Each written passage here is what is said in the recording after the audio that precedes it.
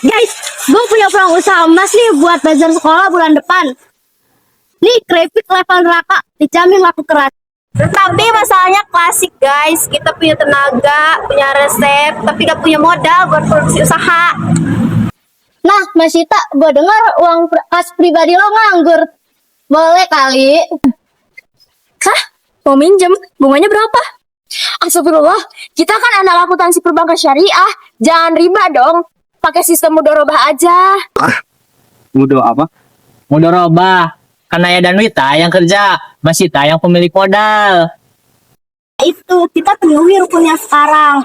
Pelakunya ada, objeknya ada. Tinggal ijab kabul sama nisbah keuntungan. Kalau gitu, keuntungan bagi hasilnya gimana? Nah, untuk aku sama Kanaya 60%, kamu 40%. Soalnya yang capek masak sama jualan kan kita. Deal deh, 60-40 dari laba bersih ya.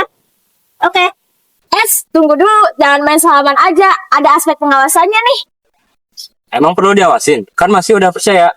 Perlu cat, dalam bab syariah ada dewan pengawasan syariahnya. Nah, di sini gue yang jadi DPS-nya.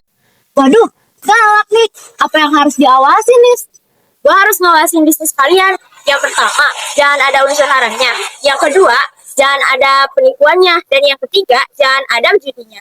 Siap Ustazah, jamin halal 100%. Oke, ini modal 1 juta.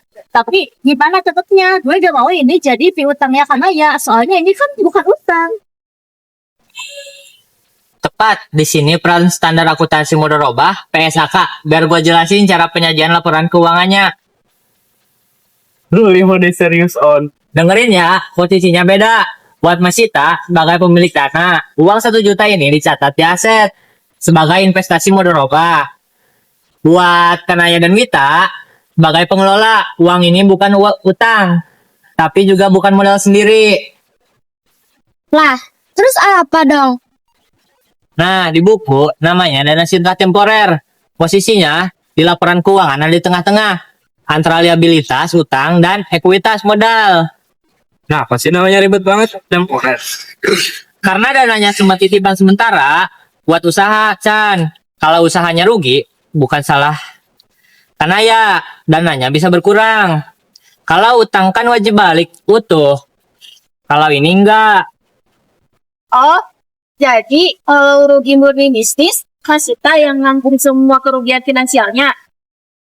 Betul, Kanaya dan Wita rugi waktu dan tenaga. Itu adilnya mudharabah.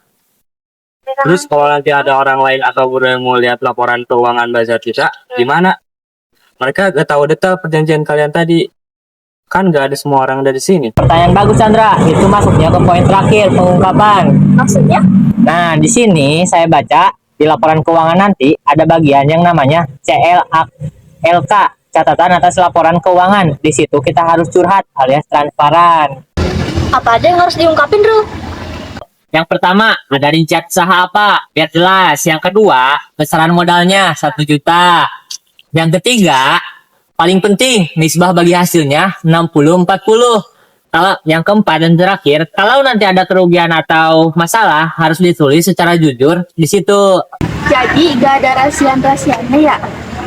Gak ada, transparansi itu kunci ya akuntansi syariah. Oke, rukun udah, pengawas ada, akuntan siap, modal cair, tim keripik barokah siap mengguncang bazar. Sangkut orang nyebut. Sok, Chan balikan deh. Nah, soalnya ini kan bukan utang, ukur akal. Nih sinematik nih.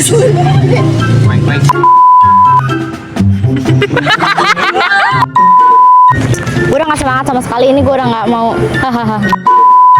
Syariah. Tarik.